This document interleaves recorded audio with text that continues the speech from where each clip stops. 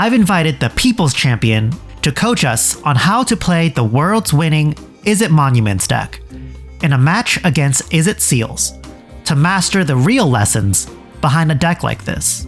Let's dive into the game. Here's our first hand.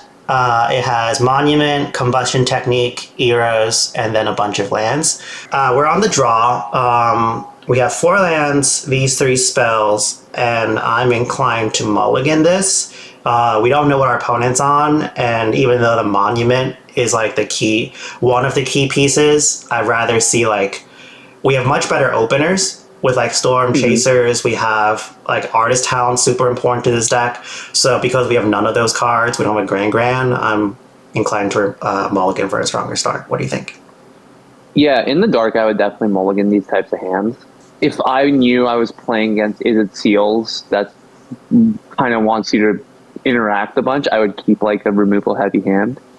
But in the dark, I'm totally fine just throwing it back, looking for something better. I think the standard really rewards explosive starts, so that makes a lot of sense to me. Here's our second 7. This one is a little bit better. It's not super great, but I'm more inclined to keep it because there's Grand. We do have a piece of removal just in case it's a Badger deck or something to deal with. And also we do have the Abandoned Attachments to dump our hand, and if they don't kill Grand, then we can get rid of these some cards. So again, not a super fantastic 6, but I think it's a good enough 6 to keep. What do you think? Yeah, I'm super down to keep this hand. I love Grand removal spells and a little bit of engine. I'm down, super down. How much do you think about what happens if they remove my Grand here? I would say it's similar to Ragavan in Modern, as kind of the analogous card of this card isn't getting any better on the later turns, and so I would rather try to jam it on one and get my engine going than just kind of leaving it in hand. One kind of interesting about Grand from a combo perspective is sometimes holding it for later lets you play her what are they called? It's basically cost reducer. Yeah. But in most cases, we want to play on turn 1 anyways. Our hand really needs to be looted or filtered to be better. So in the mirror, it's a little more tricky, I would say, of there's some nuance to holding your Grand so that you can interact with their Artist Talent on the stack and things like that. But generally, I really like the idea of having my turn 1 play and forcing my opponent to interact with me. Just because the Grand is so good that it basically forces your opponent in a spot where you're okay, well, I have this kind of basically Ragavan in play, do something about it. Yeah. So we put away the island here. I thought about this I lied. Wait. I put away the island because I thought potentially I might be choked on red here, and I want the flexibility to potentially, allow myself to have double red, instead of let's say we pitch that and we never draw a red source enough, I might not be able to double spell a firebender thingy and another red spell. Just once you get kind of once you get to 2 red, 2 blue, any sort of adjustments, you're kind of golden. But I definitely agree that you want the even though it's a little bit of damage, you want your second red source in hand. Yeah. The other thing I noticed after playing this deck a lot more is also sometimes because this deck loots so much once it gets to the actual mid game, it fixes some of the weird openers like this. Let's say we draw a Spire Bluff Canal later. I really don't want to play it on 4, but then I happen to be able to loot it away and draw a River Pie or something like that. Draw this land. It's pretty basic. We play Spire Bluff, play Grand, and see how it goes. They play Spire Bluff. At this point, we don't know exactly what they're playing. Now we do. The seal's out. All right, so now that the seal is in play, let's draw our card first. What are you thinking through right now? It is a little bit of what we talked about earlier of I'm thinking of, well, what do I need to draw towards and how does navigating to a winning position in this game look like? because we only have the combustion technique, I'm more inclined to try and set up a turn where I can, double spell removal spells. So I'm thinking, okay, well, I would use this abandoned attachment to try and dig towards one of my 1 mana kill spells, so I can, maybe boomerang basics a thing next turn plus the combustion technique on the Tiger Seal. That's so interesting because it's exactly what I'm going to do, but the way I played it, like mentally, I was not thinking so far to the point of double spelling. I was just thinking, well, the combustion technique can get better later. Let's just leave ourselves open with the abandoned attachments and then make our decision after. But I think this is highlighting what you were saying earlier. It's like thinking about, well, it's exactly what kind of positions are playing to or alluding towards. So you being able to say like boomerang or firebenders or something else with the technique is something that I didn't think of. Yeah, totally. I think also it's good to just kind of get these engine cards like abandoned attachments going early. In like the later sections of the game, you want to just kind of be interacting the board a bunch. So it's just best to start setting up your engine kind of when you can. We'll play our land and then pass the turn. I don't want to futz with the UI too much. That's why I have to kind of watch it a little bit. Okay. Yeah. I don't know any of the technology stuff, so I'm just like, whatever happens. We're chilling, yeah. See, having MTGO replays would be so helpful. All right. Oh, I know. They play a Riddler here. Nothing we can really do about it. And then abandon attachments here. Pitch one of the lands. So now that we have our second red source, I pitch the Multiversal Passage. So, okay, before we go back to our turn, when they play the Riddler there, I was trying to think about what that means of their hand for them to jam Riddler there instead of any other turn like a Duelist or like a Frostcliff there. I guess for open mana they don't want to play in a Quench, but I guess they're not reading Quench because they just jammed the Riddler there anyways. But were you thinking about anything based on the Riddler play there? So what that kind of tells me is that their hand is, I would guess that their hand is pretty interaction heavy, or at least it's either they have like a bunch of Riddlers in hand, or their hand is like, oh, I have a pile like Torch the Towers and like Steaming Saunas and things like that. Typically in these kinds of, the Seal deck really wants to get all their guys on board. So I would rule out cards like Duelist, cards like FOMO in their hand right now. Just offhand, I thought the Riddler on 3, or like at this point, a Riddler suggests to me their hand's like not as strong as it wants to be. And the best way they can use their mana right now is just jamming a Riddler there, which is still pretty dangerous because we could have our one of Quench and kind of really blow them out. But they have nothing better to do. So I like also, I didn't really think about, it means their hand potentially could be interaction heavy. So that's interesting. So we draw a Storm Chaser's talent. Still not that much to do. We play our talent. We could combustion technique the Seal. I guess the decision right now from what I'm thinking or what I thought of at the time is, do I pop the Seal now or pop the Seal later? And I thought through popping the Seal later because I kind of want them to play more cards to untap the Seal and then kill it. But what were you thinking of at this point? This is kind of a moment of just being familiar with deck lists. Typically they don't play Spell Piercer Quenches in the main, so I'm kind of happy just going to their turn and doing it then. Also, it's like much better even if they do have a Spell Pierce in hand, it's a lot better if we force it on their turn, so I think there's no reason to do it now. I actually thought through the potential Spell Pierce here, but I was like, it's a one of, and it's uncommon if they have it and blow me out. It's what it is what it is. Things that just like, I'm just never playing around those things, if like someone makes their, chooses like, oh, here's my, I'm gonna play one of Spell Pierce. Yeah, it's like, all right, you got me. That's gonna be me later today, my one of Spell Pierce, because I don't have my second Frostcliff. I got bored. I got like blown up by like a one of a null the other day, and I was like, okay, well, you got me. That sucks. All right, they play land and play Frostcliff here. At this point, I let it resolve before doing anything first. This part's kind of interesting. It's not that interesting, but like we can block the otter token and pop the seal and kind of clean up the board. They have open blue, so the only thing I can think of that is remotely useful is the into the Flood Maw. And they don't have super good targets outside of the otter itself. So I think the play is to block with the otter, then force them to cast their spell. Sorry, block with otter, kill seal, make it a 2/2, force them to do something. Because no matter what they're going to do, they're going to kill our otter with the blue.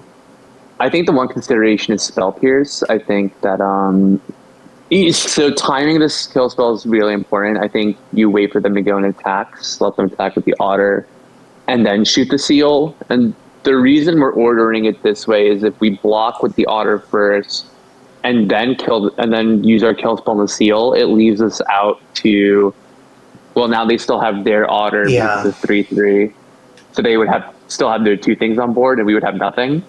And then from there, we just would get blown out. So this kind of leaves us with some insulation, just so we can choose not to block with the otter. You know? Yeah. So we do exactly that plus 4 points for myself. I was like, wait, did I do that wrong? And I was like, actually, it doesn't super matter. It does matter for like the one spell pierce scenario. We might as well like not. They're kind of like bluffing it a little bit, or like leaving the one blue open, right? Yeah. I do think it's like good to like think about it, just because if we're like, oh, they have an interaction heavy hand. Oh wow, they do have the Flood Maw. It could be anything, right? So here, a couple interesting choices. Here's where the game goes really awry. We kind of needed to draw a little bit better, I think, because they have a warped Riddler on the other end, and what they can do on next turn is basically just play land, play Riddler, donk us for 1, 4, 5, 6, put us to 4, and there's no way we can kill a Riddler cleanly here, because currently the combustion technique has to currently deals 1, 2, 3, 4, 4. So the choices I saw was play the Agna and loot, hold up mana and then loot, or pick up the other combustion technique and then try to guarantee the kill on the Riddler. The problem is we will take so much damage that their otter is going to get us anyways. So what are you thinking here? I think we're picking something up with the Storm Chaser talent. The Frostcliff Siege is it's rough. It's really rough for us, you know. That's on the base. So we're definitely behind. And when you're in these kinds of spots, it's important to play to the cards that will bail you out. And what I'm thinking is like we're gonna have to draw some combination of cards that fixes our hand. So I think that this turn we're for sure picking something up with the Storm Chaser's talent and setting ourselves up to be in the best position the next turn. And I think that it just has to be the combustion technique. I think what winning looks like from here is maybe they can't play the Riddler next turn, and so we can, maybe kill another X3 and find a way to get our combustion technique up to 6, Yeah. I love how you highlighted thinking about what winning looks like, which involves them stumbling or like other options, right? That I didn't particularly think shout of. out Mason Clark. Oh my goodness, it really brings a tear to my eye to see them sort of figuring out that you have to play to win. In a spot like that, you're not going to win if you don't get a little lucky. They grow up so fast. Yeah, Chad. That one. So I did pick up the technique. I was just thinking, like, I don't want to fail. Like, if I pick up the Abandon, I could not draw the second removal. If I play the Agna and loot, I could miss still. So even though this feels bad, I think we kind of have to just guarantee we can try to kill the Riddler. So I think there's 0 outs here. Yeah. Ironically, I mean, I can't. I don't think it's realistic to think like, oh, if we top deck, maybe it is top deck specifically Iros, we might have been able to get out of it. They can still play literally anything and will die. But I think if we left the lesson in the graveyard there, we can Iros deal 1 to everything, and then Combustion Technique would clean up the Riddler. I think it's 1, 2, 3, 4, 5. Yeah. That's just some results-oriented thinking in a way. I think that given the information we had, we made the right play. Because if this Iros was like, let's say, Firebending Technique, well, suddenly our decision last turn looks a lot better. Yeah, I would make that same play 9 times out of 10. I would rather have an extra card in my hand than like stay at card parity for the same mana cost. Yeah, that makes a lot of sense. I didn't even think about that part. That's like what's really difficult about kind of decks like these, at least for me, is like, because there's the option for you to see more cards, when I do see a specific like outcome or result, I'm like, damn, should I have superhuman like thought through everything and been like, I should have been able to think of the 5% line of the Iros, On the note of sideboarding, looking for that obscure uncommon sideboard card you don't want to crack packs for but nobody stocks? Check out Mana Pool, a super convenient marketplace to find any cards you want at a good price without feeling guilty about it. You know what I'm talking about. Sideboarding this deck for me is very difficult because I think of it like a combo deck where a part of the deck just can't be changed, especially like the more lessons we cut, the harder it is for us to enable one of our best cards, the recall, or enabling the grand cost reduction. So I actually struggle a lot thinking through how to sideboard this because I almost bring in probably too many cards every time. So here you can see me like just yanking all the stuff out and thinking about what are cards I could take out. But what do you think through while we're sideboarding this? No. So I think the general gist is I would have sideboarded differently. At least like trim on a monument, trim on an artist talent, and just kind of have more interactive cards in.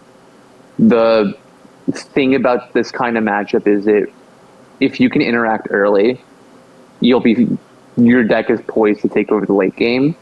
If you have like a mass of these Riddlers, which is 5 mana, Monuments, which is like 3 mana and doesn't do anything on its own, and then same thing with Artist Talent. If you draw a bunch of these cards too early, then you're leaving yourself up to get overwhelmed pretty quickly. I totally get where you're coming from the perspective of trying to keep the engine together. But I think that if you just survive to the late game, you'll be fine. Really, it's just about interaction. Yeah, so what is the lowest amount of monuments and talents you would keep? I'm down to go as low as 2 monuments in this kind of matchup. Just have like an endgame engine. And just make sure that I'm not drawing these like clunky cards too early. If you want the best system for competitive play, with magnetic pieces to lock in your play space, check out Heavy Play with this affiliate code for 10% off. This directly benefits the channel, so please support it. So here is game 2. Here's our first 7 on the play. I mean, we have turn 1 Grand, we have the Wisdom, and a monument. I would prefer if it was like an artist talent or something like that. And if there was like, if I could have everything, I would like a piece of removal. But what do you think of this hand? I think I'm keeping this hand. It's just, we've got our engine. We've got the best card in our deck. I'm down to kind of keep this hand and figure it out from there. It's really rough not having the UI because I can't jump through it easily. But this makes, there we go. Yeah. No, it's they took replays from us for Wall of Roots and just I know. Let's just ban Wall of Roots. No one plays Yogg anymore, right? No, now they are. Oh, because of Cubby, the little badger. Yeah. Okay, actually, so I thought about this. It was kind of interesting that they bounced Grand here. If they had a torch, obviously we want to torch Grand. But I also thought like maybe Flood Mawing, like a better target later, would have been a better use of it. But what do you think about this Flood Maw on the Grand Grand? I think it's just they know their role well. I think that their deck is very, if I can't get the lead early, then I don't have a lot going on. And Grand Grand is one of those cards that lets us steal the lead from them in a really profound way early. They're trying to make sure that they're not on the back foot because the Seal deck plays really poorly from the back foot. What this kind of tells me is in their hand is they don't have any 1-drops, I would say. I think it's better for them to develop like a Tiger Seal or Storm Chasers in this spot instead. So I would guess that their hand is probably like a bunch of FOMOs, maybe a Duelist of Mind. The card is more adjacent to that, or like Riddlers. Here I should play the Passage, but we'll just... I think it's valuable to like, I don't think it's a big deal to just have the mana open, frankly, especially because, but it's one of those things of like, it's good to rep interaction. We could loot away the Passage later. Like the opportunities for this Passage to shock us, like the punish is not as high as any other deck. This one kind of fix it. So the Vacuum here is kind of annoying. It makes the Wisdom, much harder to get through. We've drawn 2 Combustion Techniques, which is fine. The timing of the techniques is going to be really interesting because we could potentially play around the Ghost Vacuum. But here I jammed out the Monument just because, if they don't have it, if they're not able to remove Grand Grand here, we're able to just start drawing cards and doing things. So now they're into the Flood Maw. Yeah, and it's just a really good exchange. Like, they're basically down 2 cards, and you're, for Bransky, you're 1 mana play. So, I feel super good about our spot right now. Don't feel too good, because... okay, let's see here. We drew a Spire Bluff. A lot of options here. I think replaying Grand Grand's important, obviously, because they don't have Torch. Like, maybe they've drawn it, maybe they can draw it soon, but they've demonstrated they have no strong removal for Grand Grand. They've been using their Into the Flood mono tempo us. So playing Grand Grand here is safe. I think we have to use the Wisdom to just find more action, because right now our hand has a lot of removal but not a lot of ways to trigger the Monument, and if they get rid of the Grand Grand, it's not that hot, and I don't think realistically we'll ever be able to get the triple lesson kind of thing set up. So I'm inclined to play Grand Grand and then maybe end step Wisdom and hold up mana and see what happens. What do you think? I would agree with that. I think it's super important right now to make sure that our Combustion Techniques can deal 3. And I know that they have the Ghost Vacuum on the board right now, but really, because their deck, 3 is a threshold that their deck kind of plays at, you have to be able to deal 3 damage. I want to get at least 1 lesson into the yard so that I can have the option to respond to their Ghost Vacuum activations with these Combustion Techniques.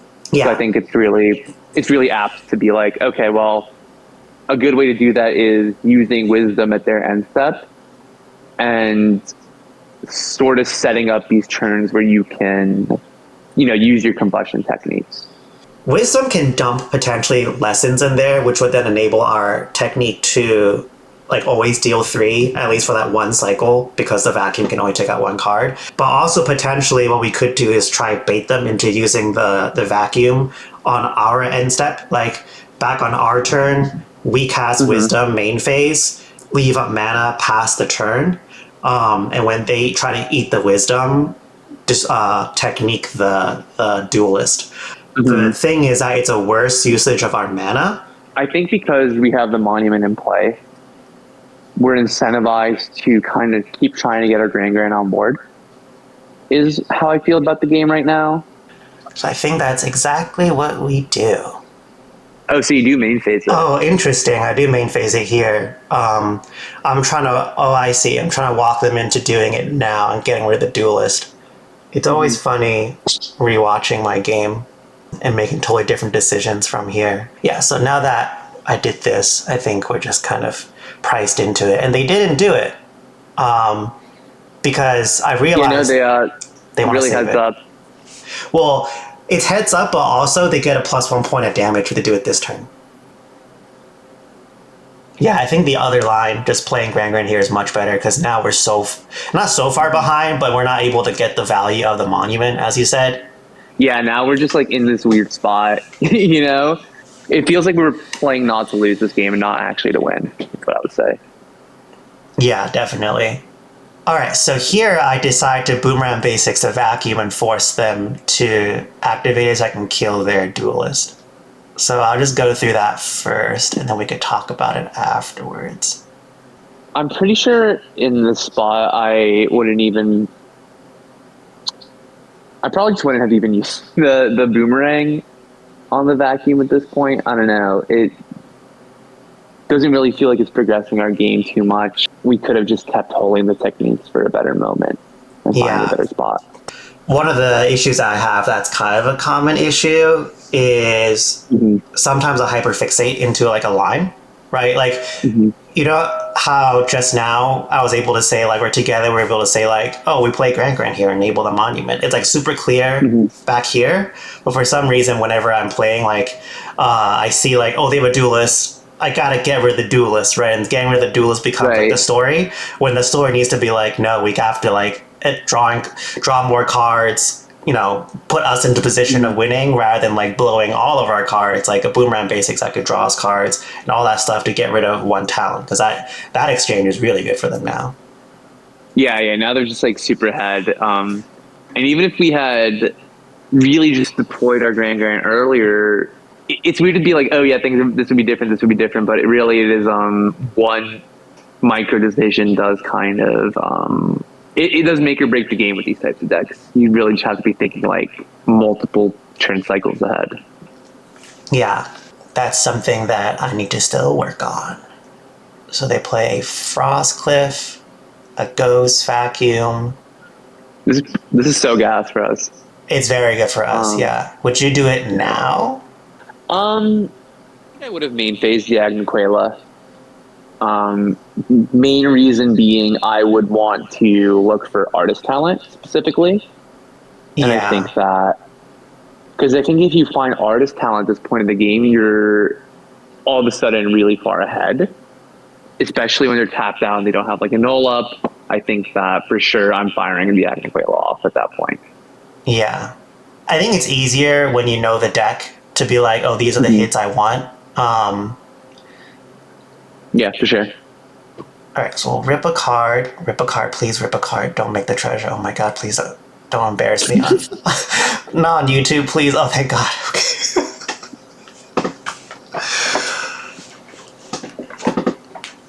I think we fire off the wisdom now and try and find the talent. Yeah, for sure.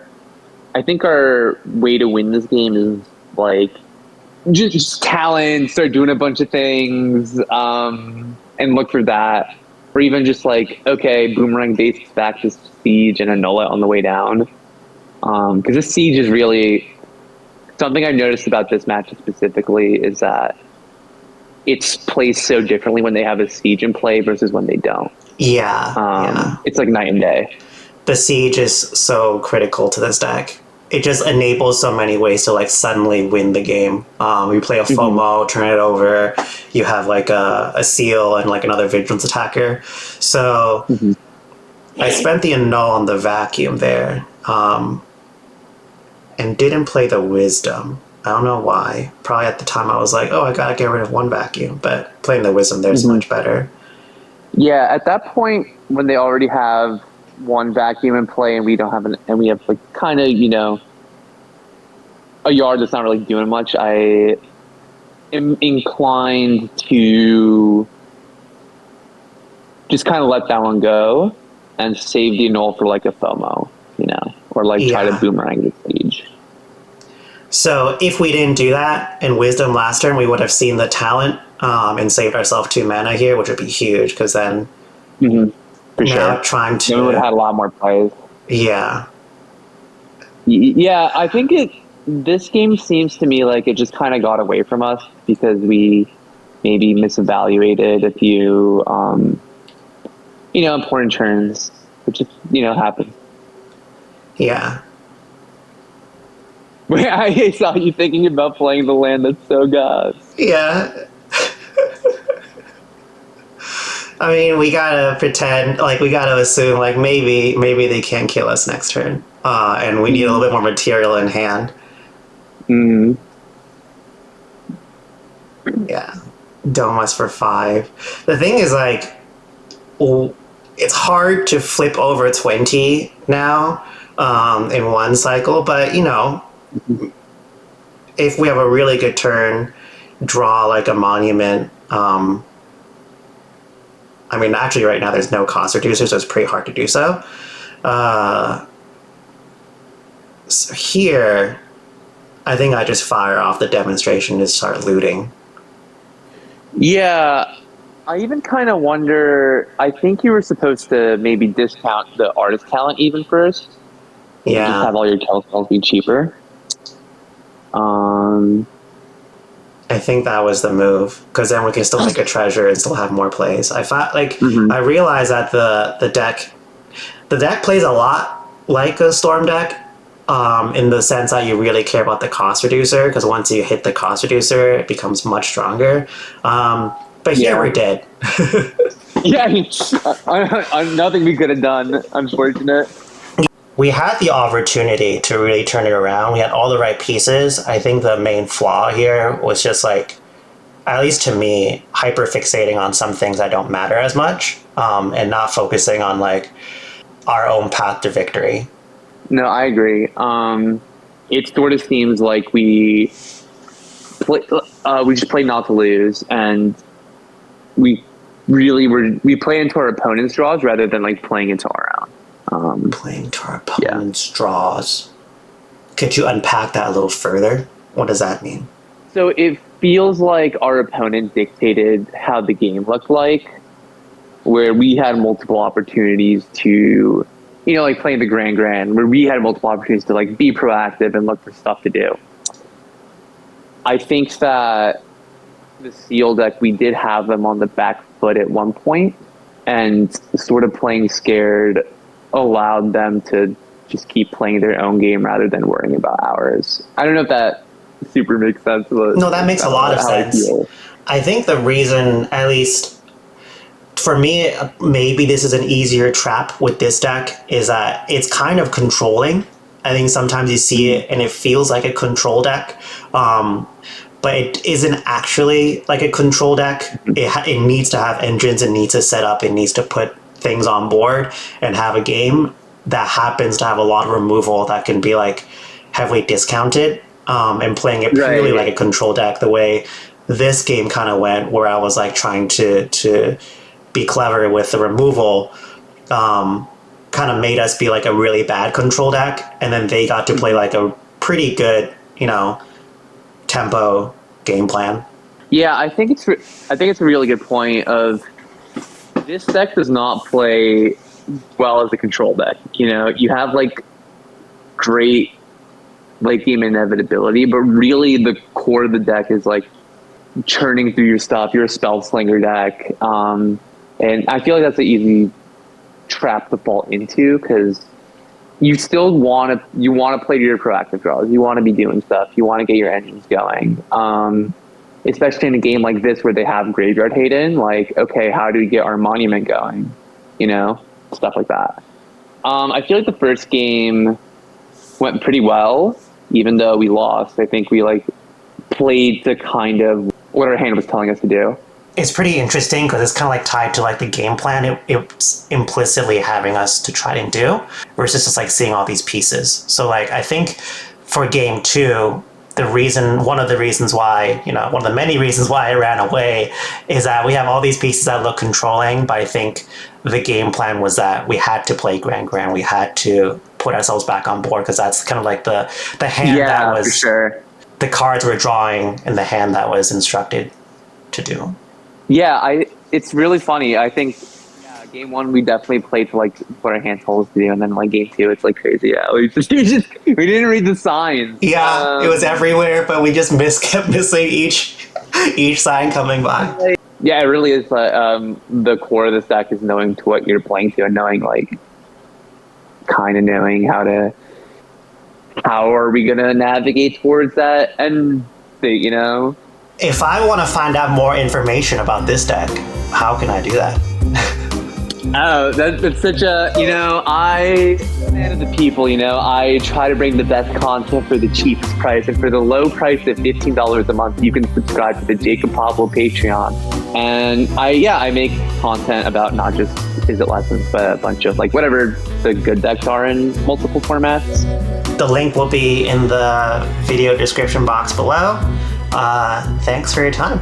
Yeah, no, it was a lot of fun. Thank you for having me on. If you want to learn from another people's champion, check out this great coaching session with Misplaced Ginger as he teaches me how to navigate difficult board states with the now banned Izzet Cauldrons deck.